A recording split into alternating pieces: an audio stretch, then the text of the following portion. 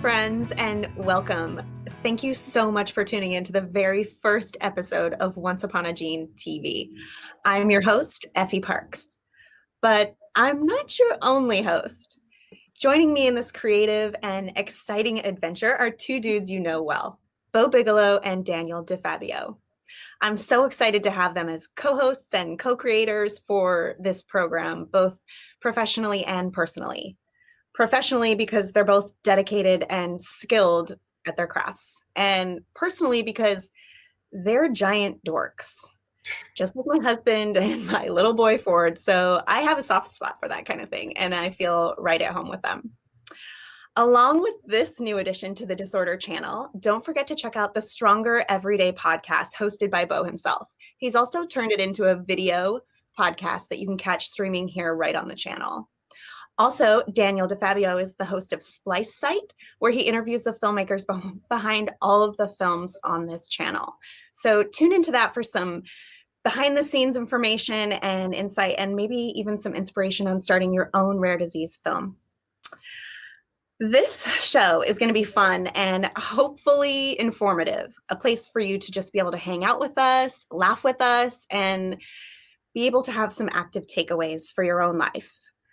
I always say, what I know for sure is that when you can find people who get it, you can find a lot more laughter, a lot more hope, and feel a lot less alone. You're all part of this rare community, so we hope that you'll continue to experience this journey with us. And without further ado, Bo, Daniel, did you ever think you'd be surrounded by this much pink? I'm glad to have all this pink. Your podcast has been an amazing force in my life and for so many rare people. And Effie, for me, that you would share it with me and Bo and let us be a part of it. It's like when you go to the U2 concert and they bring somebody up on stage to play with a band. I get to play with Effie's podcast. Totally. We're like Courtney Cox at the Springsteen show. We're both like fanboys about your podcast, and like so much so that, you know, the intro where you say those words that you just said, like I kind of say them along with you now. That's how often I've been listening to it. So totally feel you. Well, I feel the same about you guys, obviously, and I'm really excited to be doing this together with you because I'm also a fangirl. Okay, so dudes, let's tell everybody kind of what we're going to be doing in the future and maybe what they can expect from some of our episodes coming up. Yeah, I think it's a close cousin of what you've been doing in the audio podcast, but I think here we're very aware that some people in the rare space have gotten a little farther down their journey, but everybody still has more to learn and more to learn from each other. And I think we want to focus here as much as we can on practical takeaways. What are somebody else's best practices that could become your best practices, that kind of thing. Yeah, and I think part of that is we're going to have special segments on this show that are all about having you get a closer look into somebody's life, maybe taking you into their kitchen for their breakfast time or giving you a glimpse at what they're doing every day that can really help you. Yes. So we're always going to be sending shout outs for people to submit their own footage from their daily, whatever topic that we're talking about. So keep your eye out for those posts from us because we want to include you on this show as well. So today, just in time for the holidays and special gatherings, we wanted to bring in someone who has created a space called raremamas.com. It's a resource that is for moms raising kids who have a rare disease to go and find some connection and get some practical advice and tips on ways to get through stressful situations such as the holidays and gatherings and self-care, you name it. It's at raremamas.com. And our special guest today is Nikki McIntosh. Hi, Nikki. Welcome to the show. Hi. So happy to be with you today. Thanks for having me. Yes, I love your new blog, and I'm so glad I found you through the Disorder channel, actually, because you have a film featuring your son, Miles, called Life with Atrophy, and that's how I met you. That's what the great thing about this community is. It starts, at first it feels like you're all alone, and then it becomes like you meet people just like you. And it's been so great to meet you as well. Give us a little information on your new venture, raremamas.com. Yes, I'd love to. Basically, after going through my journey with Miles and really understanding all the feelings a mother with a child newly diagnosed goes through, it was really on my heart to help other mothers going through this journey. So I launched Rare Mamas as an online resource to just provide tools, tips, encouragement, hope, and sometimes maybe a little tough love to just get these mamas off on their way. It's an amazing blog with a podcast to follow in the new year. We're really excited for you. Thank you so much. Well, something that I'm really excited about what you're doing is you're creating a place where people can kind of go to and not just kind of have a practical checkoff list, but you're talking from a personal experience and you're sharing stories that you've been through and that you're working through, and you really put it out there beautifully, and it's easy to absorb for those of us who may be extra stressed out or not necessarily know how to cope in certain situations. And specifically, you've posted a holiday episode recently just about ways to deal with the stress surrounding those groups and those gatherings. What are some of the boundaries you've had to create for yourself or your family before heading to holiday gatherings like these? One of the things we did was we chose Christmas morning as our time for the four of us. And it's a lazy morning, and we stay in our PJs and we are just present. And I'm not thinking about, I gotta, at this time, get the kids dressed and get off to this event. And I've got to, make this dish to bring and all that, because that's the kind of things for me personally that take me out of those special moments. And so just to stay in, I need to have a schedule that's really loose and long. And so those are one of the boundaries that we made as a family, so that we could really enjoy that time together as a family. And it's been a great thing for us. It was a hard thing to do, but it works for us, and we really needed that. So it's really important to find, I think, those boundaries that you talked about. We did the same thing. Our family, Christmas morning, we were like, noon is the earliest you'll see us. But then on the opposite end of the day, even my family, who really understands our situation well, they'd laugh at us. We'd be packing up to leave early too. But Lucas goes to bed at 7. So you back up from 7 to anything you need to do before bedtime. And we've got to get out of there by 6. So the windows are small, Yes. But yeah, you got to find those ways to make it work. I think, what I learned is that the holidays come with so many extra things put on our already full plates, right? So we have to take some time up front with a little planning and a little thought about what it is we really want our holidays to look like. What are the moments we want to create? What are those special things with our family? And so for me, it was taking the time to plan those up front and make sure those didn't get missed in the hustle, bustle, shuffle. So it looks like making a plan, basically, and spelling it all out. And then once these other commitments and obligations come on, then you can take a look and see, is it really doable? What needs to come off the plate? And then start early. Really just make sure that, you can't fit it all in 30 days. So you need to make a plan for getting things done ahead of time. What can you do early? The shopping, the cards, whatever it may be. And build in some margin, because we know that families like ours, life, we make our plan and then life throws us different plans, and our kids' needs may change on a dime. And so we need to build in a little margin. And one of the other really big points I would say is to schedule in downtime. Because if we're go all the time, then things can get neglected, like our self-care. And then we really are not enjoying those moments. We're just shuffling around. So if we have a lot of plans on our plates, we need to make sure that we're also putting the downtime in there. Those are some quick tips.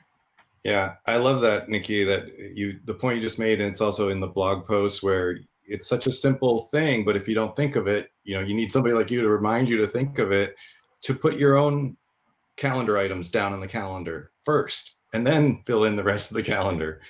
you got that covered. That's great. That's such a simple strategy, but it's so effective. And I wondered too, Effie's son, my son, your son, Bo's in a slightly different situation, but our kids are in wheelchairs. And for me, social gatherings, so much of the stress is the physical demands of a wheelchair. Can I get from here to there? Even, once we're in the cocktail party or whatever it is, you can't move as much if you're staying near your kid and your kid's in the wheelchair. And then it creates almost both you and your child can be isolated. People think, oh, you're busy with your child, I won't go talk to you. And I can't quite cross the room as easily. So I wonder if your experience has been similar. Oh, definitely. It's been a whole new thing managing social gatherings with a wheelchair, right? Because sometimes you have to just wonder if you can make it in the door with their steps and they don't have a ramp to a family member's home or a friend's home where you're gathering. And then if there's clearance for your child to get around. And like you said, the confinement of a wheelchair. And if your child is going to be able to play with the other kids that are attending, or if you're going to be able to socialize with the other adults because you're taking care of your children. My husband and I have definitely had to put together some strategies for that. Oftentimes it looks like we'll take shifts. I'll take half an hour and he'll take half an hour. And for that half an hour, I'm with Miles and I'm taking care of him and I'm helping him manage around, the party and trying to have him be able to socialize and interact while my husband's able to do so. And then we switch. So we just kind of come up with little plans and ways to learn to navigate how we can still do the holidays, but they just might look a little different for us. Nikki, for me, one of the things on your list of tips that resonated a lot was the part about saying no and trying to get better about that. I'm pretty terrible at that. Can you talk about the importance of saying no and how you've gotten better at it? I said yes to it all. And I am that person who doesn't want to miss out on anything. I want to experience everything and I like to help. And so I'm the first to volunteer. And I learned the hard way after experiencing what that actually means to me and to my family from all the saying yes. I've experienced burnout, the fatigue, not being able to plug in as much to my own children. And so I think, time sheds perspective. And now I see that when I say no, even though that other person might be disappointed and I don't want to disappoint them, I also don't want to disappoint myself and my kids. And so I've learned over time that saying no is a boundary that I'm setting for the good of my own team here. And it's hard, and it takes a little practice. But I think it's a survival skill that us as rare disease parents have to learn and become okay with. I'm still learning too. 3 impossible things before breakfast. Can you tell us, Nikki, 3 impossible things that you do before breakfast every day? The 3 impossible things I do before breakfast every day are: 1, I wake up 2 hours earlier than my son. That's a pretty early morning on my end, but I find I really need this time to have a little time in the morning to pray, meditate, to stretch my body so it's limber and loose for all the lifting that I'm going to do throughout the day for my son who's in a wheelchair. And to knock a few things off my list. Once my son wakes up, the caregiving begins, and it really doesn't end until he's back in bed at night. So there's one. Another one is I probably lift my son 10 times by breakfast. He's in a wheelchair, as I mentioned, so he needs help transferring from the bed to his chair, from his chair to the breakfast table and things of that nature. And so it's a morning full of lifting. Another thing I do is I help him walk. So every morning I essentially put on his legs. I put on his leg braces, help him in his walker, and I spend time walking with him and maximizing his energy, which is usually his best energy is in the morning. So that's the 3 things I do before breakfast to start my day. Yeah, I can relate to, I think you told me Miles was about 60 or 70 pounds, and that's about what Lucas was. And I'd like to think I'm stronger than you, but maybe I'm not, because I was reaching my limit, and Oh, yes. it's back pain and whatever else. And, it's tough to consider how much we have in us. Is it a 100-pound child that's too much? There's not a great path forward when the load is so heavy, right? Yeah, mama's back hurts real bad. And I think you just, you do it until you realize, wow, you do it because you want to help your kid, right? So you just do it until all of a sudden you realize, okay, this actually might start to be too much. Like you mentioned, it's hard to know when it is, but I think we start to feel the effects after a while. But when you're in it, it's just you helping your child. Yeah, and I think that it's important that we actually all start talking about that too, because a lot of us are going to be carrying and lifting our kids for a while. And I even put a post out a few weeks ago to my community, like I want there to be a personal trainer that specifically works with people who are going to be lifting people for the rest of their lives. Like I want to learn those workouts. I want to make those muscles like on point. But that's a challenge that is scary too, right? The bigger Ford gets, sometimes I notice I'm like, oh God, I'm terrified. I love that. Yeah, Effie, I think you got something there. I'm hoping somebody will be like, oh, wait a moment. Yes. I should do that. Because they'd have a lot of clients. Yes. I'll be the first one or the second after you. How do you make sure to make the holiday season feel magical for both of your kids, since it looks a little different than perhaps it did before? A couple things we do, and it did take a lot of thought, like you're talking about, just to create our own ways to make it magical for the kids. And I have an older son, and that's not affected, and so being cognizant of being able to give him the joys of holidays, but having us all to be able to participate, including Miles. Another thing we do as a family is we decorate the tree together. And we've had to find ways that Miles can be included too. And so what we did is we give everybody a level of the tree, and they're responsible for that little level. And so my husband's really tall, so he takes the top. And Miles, he usually does, if he's going to sit on the floor to decorate or in his chair, if he's sitting on the floor, he'll take the bottom level. And we give him specific ornaments that are lightweight and small, easy for him to handle. And then he hangs that portion on the tree. My older son hangs another section. I do a section. And it's such a little thing, but I have to tell you, it's for me, when I look at the tree after it's decorated, it's really touching to see Miles' little section with all his little balls that he set up, and my son Mason, his little section. So it just is a way to help them feel included, and like we're all setting up kind of the season together. We're preparing together. I love that. Those are good ones. I'm definitely taking the tree quadrant one for sure. I'll send you a thing. I love what you were saying earlier about traditions and the lights and just getting into the spirit of the holidays that way. So our family had a tradition for a number of years that was about going to the symphony here in Maine, where we live. And it was all about trying to get our daughter Tess, because she really likes music. She responds well to music and percussion and feeling it, live music especially. Mm-hmm. So we would get dressed up and go to the symphony, and we just, by the time the music was starting, she was like, I'm already done, guys. We got to get out of here. And so we stopped going a couple of years ago. Do you have any crash and burn moments from the holidays that you want to share? I've experienced what you have too. It's come with a lot of trial and error, right? Of trying things. I think, as parents, we have maybe traditions that we grew up with that we dreamed about. We have some nostalgia, and we dreamed about, giving our kids these same experiences.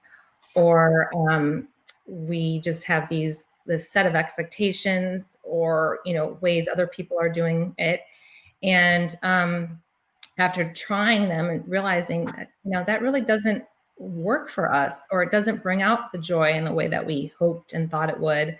I think for me personally, I've just had to wrap my head around that our holidays may look different. And so maybe sitting down at a big table for a big elaborate 2-hour dinner is just not what's going to work for our family.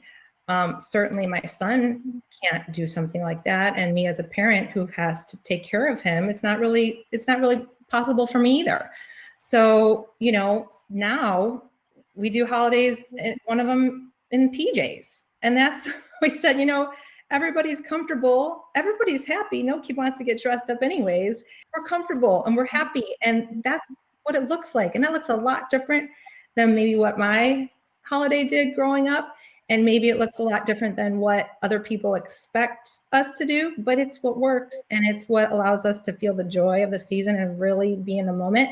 And so I think through having some experiences that didn't work, we've learned that what does, and now we're choosing what does.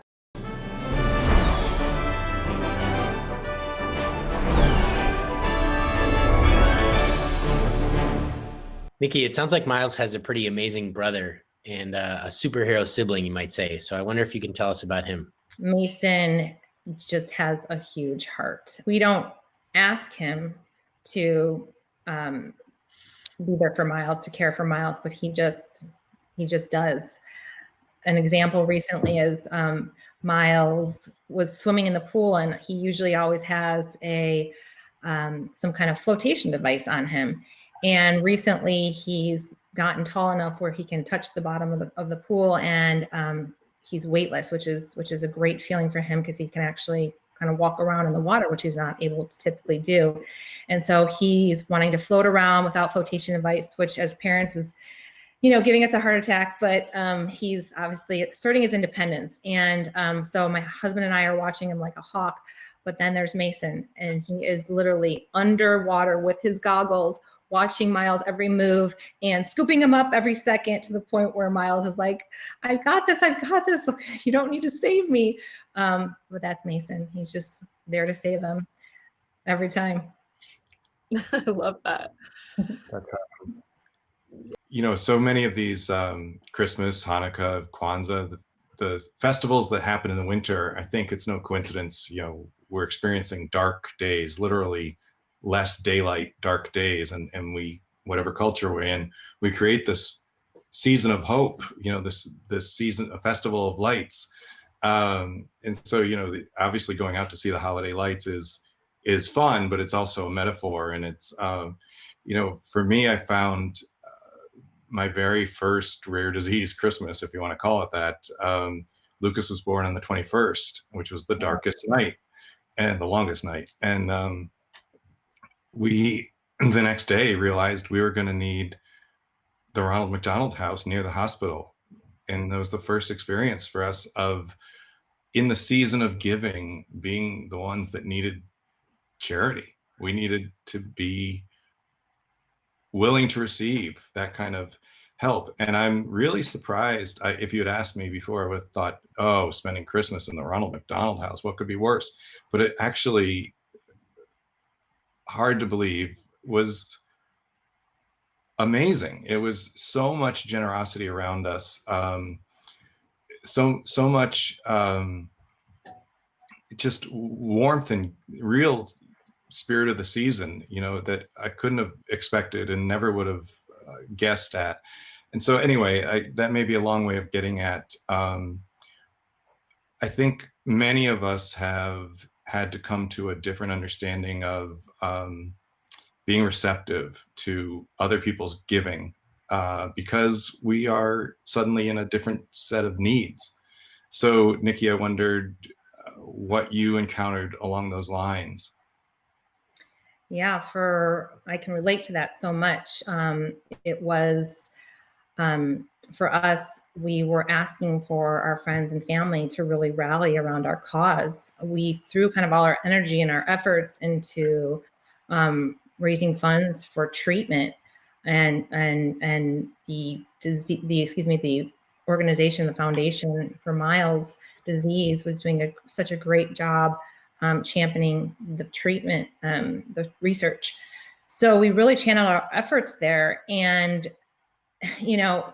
asking someone for their funds around the holidays is a big ask, or it felt like a big ask. But it's interesting I think when you're doing something on behalf of your son, and when you're coming from a place where you're really scared for your child's health, and you're really trying to do everything you can, the ask actually becomes much simpler than I expected it to.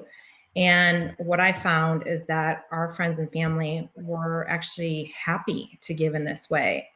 They were looking for ways to help. And I think often people don't know how to help, right? And so this was a tangible way that they could show up for us, and that they could give and they could help our cause. And they did so with such an outpouring of love and generosity. It really took us back.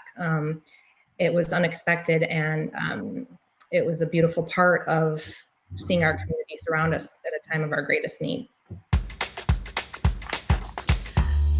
So I know our lives look really similar, but also very different, especially with our peers. But we all have those things that happen over and over. I know for me, Ford vomits all the time. He's G-tube fed, and we've just never really figured out why he doesn't keep his feeds down.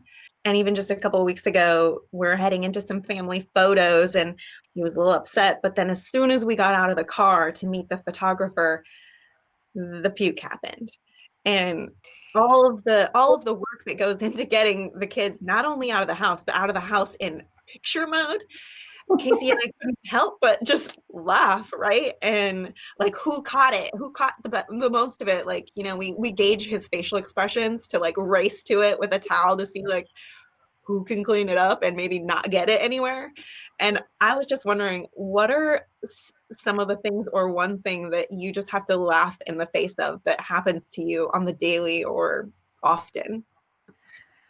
I love that story. I'm sure it wasn't funny in the moment, but I'm glad you can laugh about it now. I laugh in the face of fear itself. I never knew I would spend so much of my time moving forward while rattled with fear. I think in the past I thought being brave meant you're not fearful, and you can do anything. And now I realize it means being fearful but doing it anyways. And that's what so much of this rare disease life has been for us. There's just been so many fear-inducing moments with surgeries and hard doctor's appointments, and standing up to experts basically, and challenging what they said to be true, and just so many fear-inducing moments. And now I think it's kind of like, oh, it's a Wednesday, I'm just gonna go do this hard thing while rattled with fear, because that's just what I do. Yeah, I think we all get that. Yeah, definitely.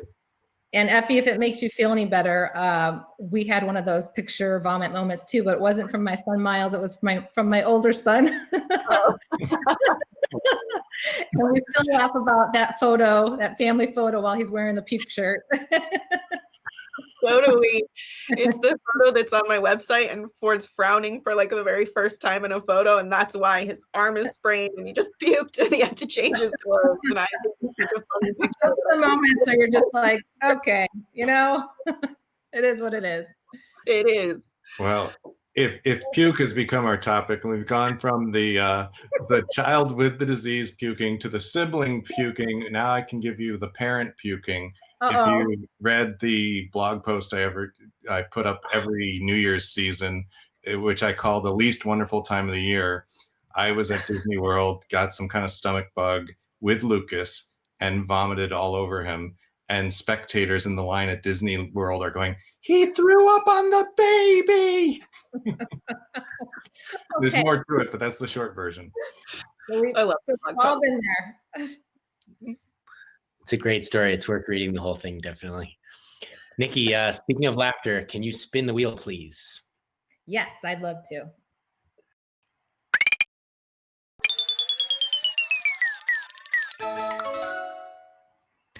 All right. You landed on Lucas. Lucas Laughter. Excellent. We think any one of our kids can supply people with some much needed laughter. So we'll be throwing some of that into each show, I think. Definitely one of the submissions that we're going to need. If you have a great video or audio clip of your kiddo laughing, send it to us. Thank you so much, Nikki, for joining us on our very first episode of Once Upon a Gene TV. We were so honored to have you, and I'm so excited for raremamas.com and for everyone to find you. Stay tuned for the Rare Mamas podcast. I can't wait to listen. Thank you so much for having me. It was my honor. Thank you so much for joining us on our very first episode of Once Upon a Gene TV. Know that this is an interactive channel and we're excited to get to know you. So please follow us along on Instagram at Once Upon a Gene and answer any questions or call outs we have because we want to include you on our show. Thank you so much.